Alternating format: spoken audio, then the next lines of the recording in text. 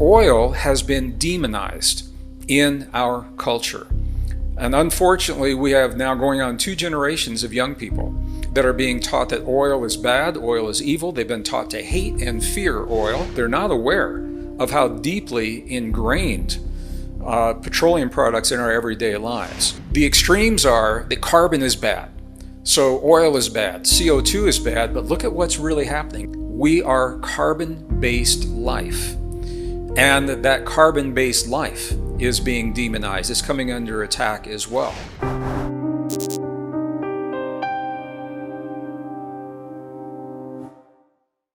Hello friends, Gregg Braden here. Welcome to this edition of our questions and answers. It's been a couple of weeks since we've had a live Q&A session, and I'm happy to be back with you live and in person once again. You know, the questions that are coming to us, a lot of the questions come directly to me or to our office.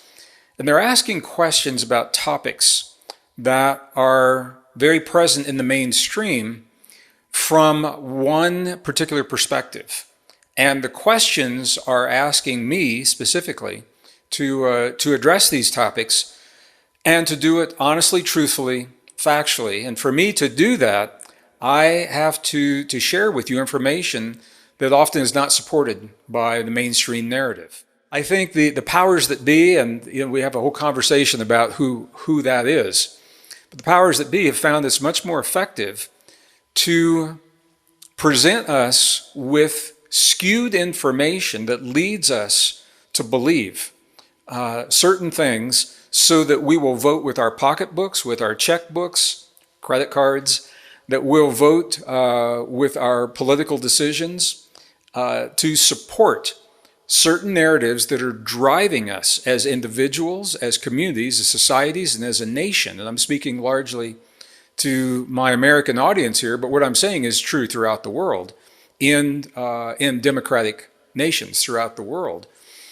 The powers that be have found that it's much more effective to lead us to making decisions they want us to make rather than trying to impose those decisions upon us.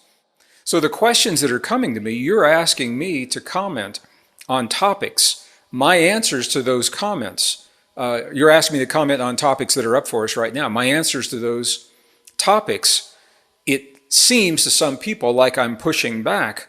What I'm doing is stating the facts as we know them as a scientist. I am a scientist. I'm a systems thinker, and the first question that we're going to get to today is particularly in my realm of expertise because my primary degree is as an earth scientist. I'm a degreed geologist. I worked in the industry during I guess it was the late 1970s through the early 80s as a geologist, as a computer geologist. It was a new kind of geology exploring subsurface mapping through the use of high-speed computers that were much more efficient than doing the mapping by hand, which had been done in the past. So I had a dual background in the emerging computer science and the math and physics underlying that, as well as the geologic expertise of subsurface mapping and structural geology. My primary focus was in structural geology, the geology of faults, fault lines, and the forces that are driving those faults and the impact of those faults in terms of energy production, in terms of water and the availability of water. So I feel particularly passionate about this conversation because the question I'm going to address today, I've had 2 or 3, and just the general question is this: can we return to a world without oil? That's the question that has come in from a number of different people. My first response is, why would you want to? And the answer to that is the reflection of what I've just mentioned about the mainstream media, because oil has been demonized in our culture. And unfortunately, we have now going on 2 generations of young people that are being taught that oil is bad, oil is evil. They've been taught to hate and fear oil, and they have been taught and they believe that they are justified in vandalizing equipment, personal property, technologies that are using oil in the society that we have today. They feel they're justified in doing that because of the lies, and they are flat out lies, that they have been taught when it comes to oil. So I'm going to answer this honestly, and the answer may surprise some people, and I'd love to know what you think about it, in the comments below. Before you comment, please hear the entire presentation here. What happens a lot of times is people will just read the little caption, or they'll see the first couple of minutes and they'll start firing back before they get to the end of my conversation, where they find that more often than not, I'm on board with them. I'm thinking the same way that they are. They just didn't hear me out long enough to see that. So let me be really clear. We need to stop burning oil. And we need to stop burning oil as transportation fuels. We need to stop burning oil to fuel the generators that provide electricity for our nation, for many nations right now. And as the push for electrification of our society increases, one of the big questions becomes, where's that electricity come from? Right now, it is primarily petroleum-based electricity. It doesn't have to be, but it is. So I'm just being very clear up front. We need to go clean. We need to go green if we can really define clearly what green is, and we'll talk about that. We need to stop burning oil. So why would we want to return to a world without oil when so much of our lives are based upon oil? Now, a lot of people believe that oil simply is used, to fuel automobiles, trains, planes, and things like that. They're not aware of how deeply ingrained petroleum products in our everyday lives. So I'm going to just begin. When I was in school, I was fascinated by this. Petroleum, it's what are called hydrocarbons. They are organic materials that are produced in the earth over long periods of time, primarily hydrogen, carbon, nitrogen, oxygen, sulfur, some methane. It's still a mystery. We think we understand it, but we've never seen it happen. We think we understand how oil is produced, and one of the big mysteries is scientists still are not absolutely certain, because it appears that some of it may be from living creatures and plants that have been with us in the past. There are studies that are showing that oil may be the product of meteorite impacts and the chemical processes that result from those meteorite impacts. There's pretty much an agreement that it is a finite resource. There's a lot of it, and it is finite. The easy oil, the oil that's easy to get to, since the late 1700s, 1800s, and early 1900s, has been largely exploited, with a couple of exceptions in places that are hard to get to. So now it is more difficult to access the oil in its pure state, and this is one of the reasons we've gone to shale oils, where the oil is locked up in shale that can be accessed using new technologies. Here's the thing. This is what's so interesting to me. Oil is one of the few chemical compounds that we cannot reproduce artificially. We run out of oil, we cannot make oil to replace the oil that we're running out of. Why would we want to do that? Well, here's the mind blower. Over 6,000 items in your daily life and my daily life right now depend upon petroleum products. Over 6,000. I don't think we'd want to live in a world where we didn't have those products. We wouldn't be having this conversation, because the computers that we're using to have this conversation, the components of the computers, the electronics within those components, the printed circuits, the wiring, the cables, the internet technology is all based upon petroleum. We couldn't even have this conversation. So a lot of people don't think about that. Let me just share. I put together a couple of things, or I won't read all 6,000, I promise, but I want to give you a sense. Medical supplies. We all rely on medical supplies in one way or another at some form of our life, sometime in our lives, either for ourselves or for our loved ones. Medical devices rely upon petroleum-based products for the plastics, for the casings and the housings.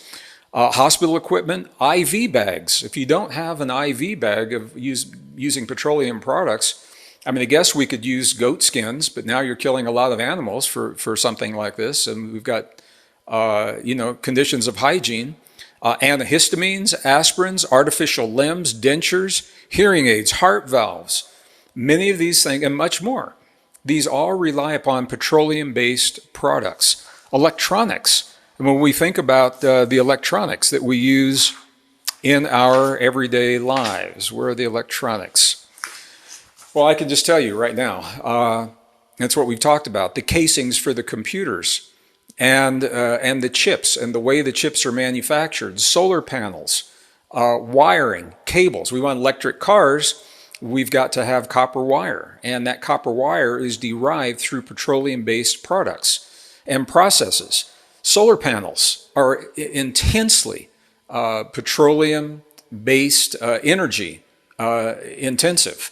It takes a lot of petroleum energy, hydrocarbon energy, to create the solar panels themselves.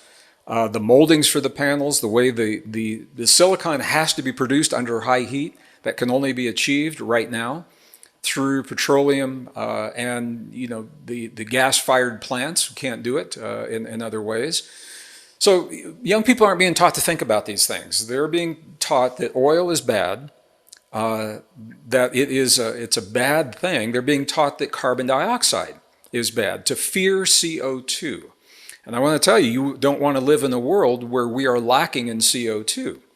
We're not the highest place in geologic history. We don't have the greatest amounts of CO2 that we've ever had. There are times in the past, a geologic time called the Cambrian. We had over 4,000 parts ppm, 4,000 parts per million of carbon dioxide. And what happened during the Cambrian is called the Cambrian explosion of life. Life thrives on high levels of CO2 in terms of plants. I think we all know that we exhale CO2 and breathe oxygen. Plants do just the opposite. They are exhaling the oxygen or emitting the oxygen, but they thrive on the CO2. So it's no surprise that in the past, when the CO2 levels were higher, life thrived, and we had more of a diversity, and new forms of life were emerging. Temperatures were warmer, but they didn't prevent life from living, obviously.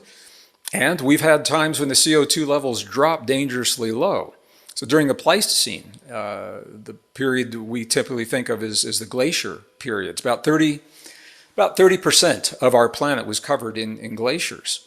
And what it did was it prevented a lot of the green life. Forests were decimated during this time, especially in parts of the northern hemisphere. But the CO2 levels dropped to just below 180 parts per million. And this is when we saw the extinction of many forms of life, many plants, many flowering plants, many forests, many of the larger mammals, the mastodons, for example, and things like that. This is when they went extinct. There wasn't food for them. You don't want to see an Earth with less than 180 parts per million, but this is the whole point. We as adults and children, our young people, are being taught in terms of extremes, rather than common sense and accepting the data from the past that tells us what can happen in these different conditions.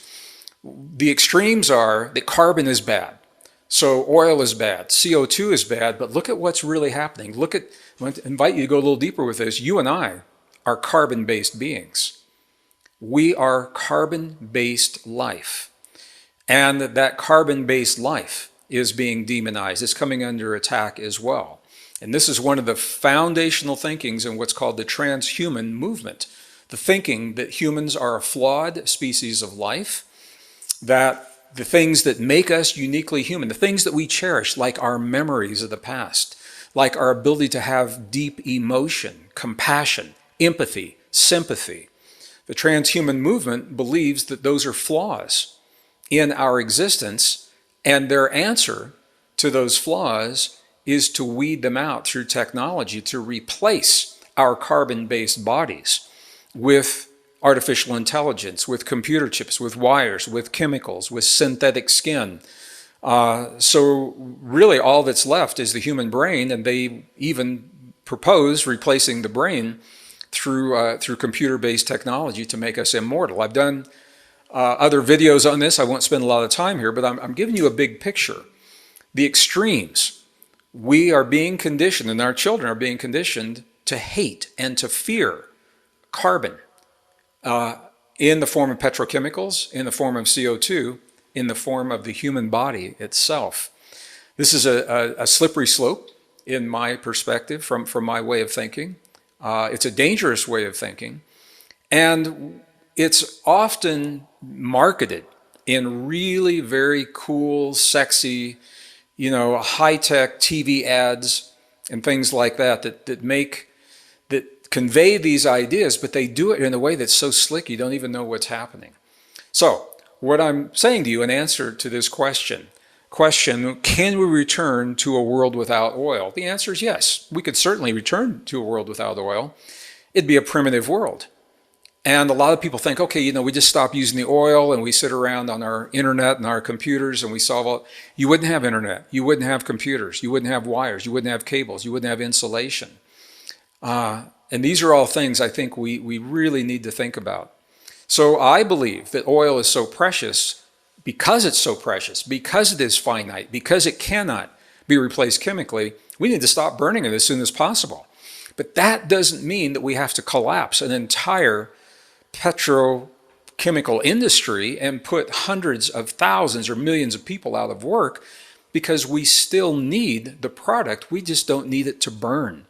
And certainly there are ways we can clean this up. We can become way more efficient. We can use petrochemicals much more efficiently. And I'm not justifying fracking or any of those kinds of things. I'm going for the principles here. The principle is that carbon and oil and natural gas and carbon dioxide are not bad. We don't have to fear them. We don't have to hate them.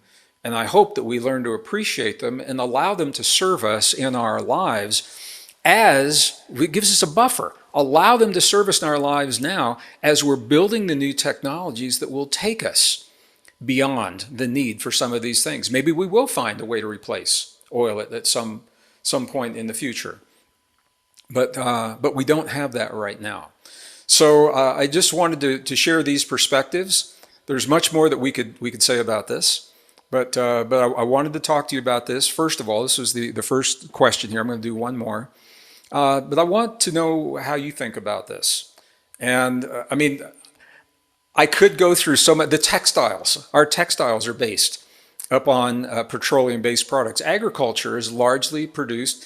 You say, well, we don't need oil to grow food. You've got to pull water out of the ground to water your food. That water is running on pumps. Pumps are either running on oil or they're running on the electricity that is driven by some kind of carbon-based process. Sure, we can do it with solar panels. Sure, we can do it with a windmill. We can do it with geothermal. In some locations, it's not universal. It's not a universal answer. So this is a way of thinking. Rather than judging ourselves as making mistakes and choosing the wrong path 100 or 150 years ago when we went with oil, we can do that. And when we do that, what happens is we beat ourselves up and we are ridden with guilt, and there's anger, and there's hate, and there's fear about the use of petroleum products in our lives today. There's another option. We can say, you know what, we're on a learning curve, and those petroleum products helped improve the lives of people all over the world. Sure, there are things we could have done better, and there are things we could have done differently, and if we go back in time, we probably would. But if we can think of ourselves today as on this learning curve where we are outgrowing the thinking of the past, opening the door to new thinking in the future, I think it's a much healthier way with much less suffering. If we were to eliminate petroleum from our lives today, the people that could least afford it would be the ones that would suffer the most. And I think that suffering is unnecessary. So rather than a world without oil, I prefer to have live in a world where we revere the natural processes and the substance that Mother Earth has given to us to allow us to develop our intellect and our psyche through computers and technologies. And from that, we evolve to the point where we transcend the need to use these products as we have in the past, and we can use them more wisely. So that's the way I'm going to answer that question, number one. Number two, I want to get to a second one here. Getting a lot of questions on these. This one particularly comes from Cynthia. And I want to honor Cynthia's privacy, so I won't use her last name. But she and others are asking what my thoughts are on the projects that are using remote viewing to look into our immediate future, the year 2030 and beyond. There's a lot of focus on the year 2030 right now for a lot of reasons. United Nations has identified that year as when they hope to have implemented the 17 Sustainable Development Goals. You may have seen in some of the other videos that I've offered my feeling about those goals. The goals themselves, I think, are worthy goals. The devil, you've heard, is in the details of the fine print of how we achieve those goals. And when you look at what is proposed to achieve those goals, it is horrendous. I cannot support it, and I will not support it. Not only will I not support it, I will work to find new ways to achieve those goals without causing the suffering and without the loss of so many of the values that we cherish as individuals and societies that must be compromised to achieve those goals. But they're all focused on this year 2030. So when we talk about remote viewing, I think most of you are familiar with remote viewing. If you're not, briefly, it's an intuitive process where an individual is able to travel, or sometimes what they call project conscious awareness along a timeline to a point in the past or anywhere geographically in the present or into the future to give us insights into what might be happening. So let me be really clear. I think remote viewing is valid. I've toured with Russell Targ. I was privileged to tour with Russell Targ in the past, one of the founders of remote viewing through Stanford Research Institute, SRI, back in the 1970s when he founded that project. And others, it is a valid phenomenon. Here's the thing. Remote viewing, I think, is very valid in the present moment, where an individual can be at one location, one place, and one time and project their consciousness in this present frame of time to another geographic location on the earth. This is what the U.S. military was using remote viewing for during the Gulf War, the first Gulf War in Iraq, 1990-91.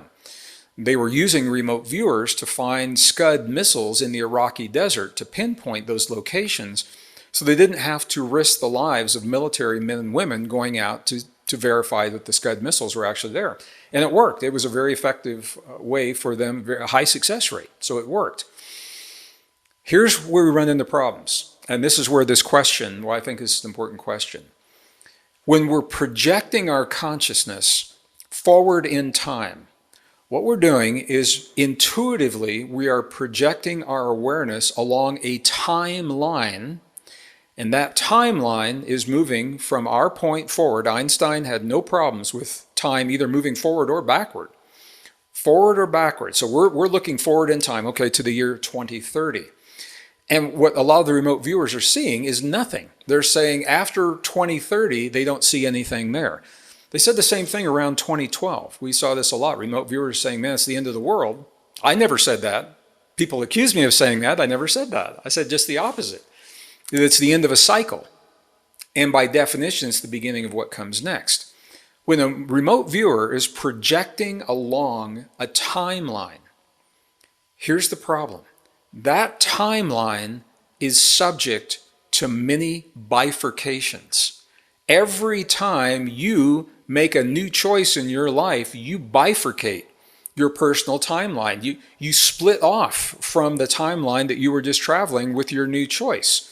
And then when you and your family make choices, you're creating a bifurcation. When you and your community, when you and your society, when you and your nation, when you and your planet make choices, we are constantly creating these bifurcations. Some are more significant than others.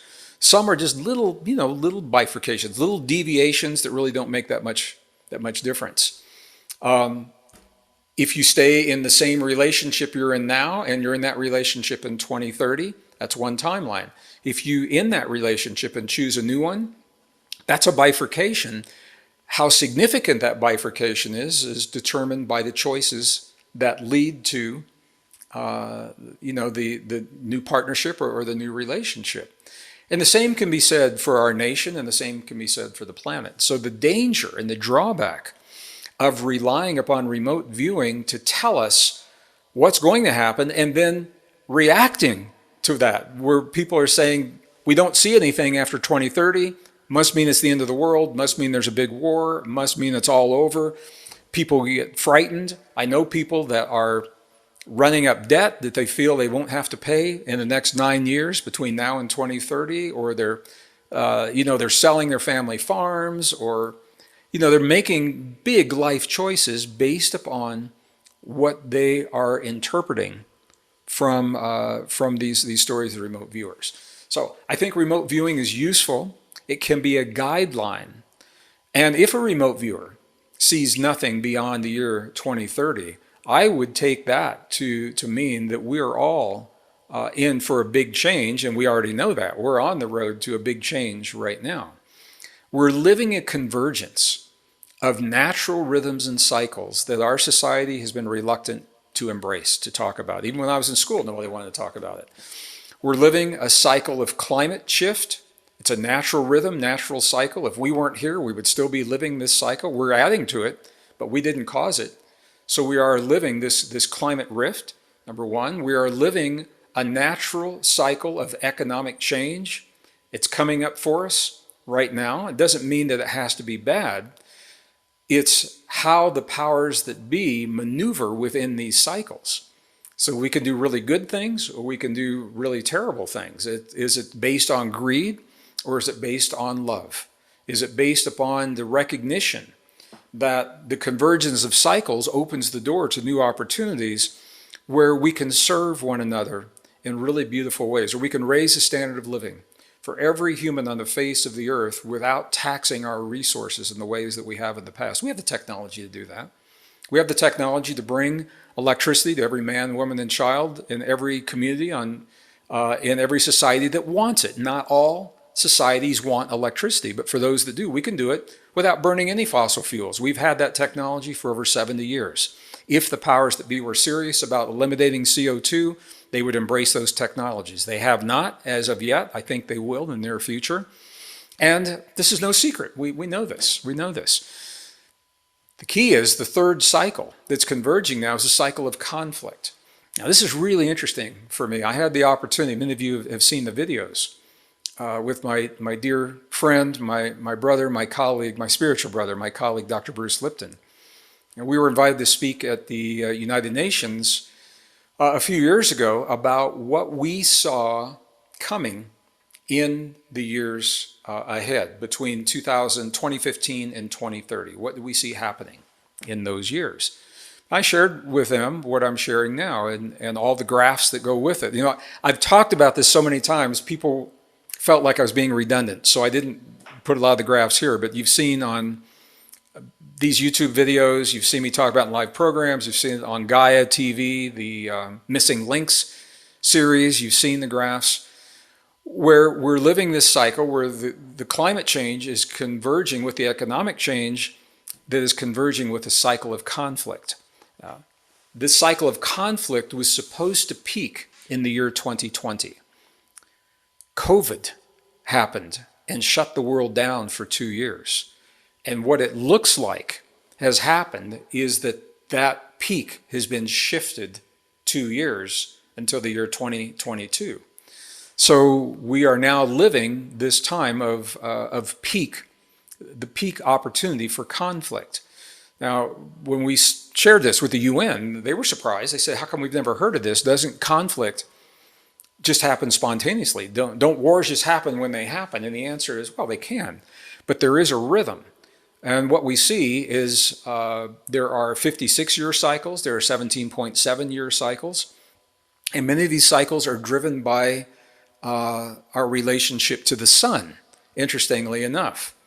Now, for some people that sounds pretty out there, but I tell you, the U.S. military is really on board with what I'm sharing with you here. And the Institute of Heart Math has done a lot of the research showing us that the cycles of the sun influence magnetic fields of the earth.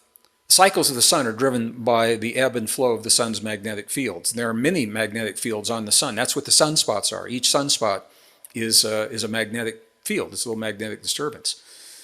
And when those magnetic fields are strong and the magnetic fields of the Earth are strong, we are less aggressive. We are more cooperative. This happens in your family, in your relationships. This happens in your workplace, happens between nations. We are much more willing to work together and cooperate to solve our problems. When the magnetic fields are weak, the opposite of all that is true. What's happening now is we are in a relatively weak magnetic field. We're in between solar cycles. We are now in a new solar cycle ramping up to a peak, but we're still at a low point in the current solar cycle. And those solar cycles also influence climate change as well.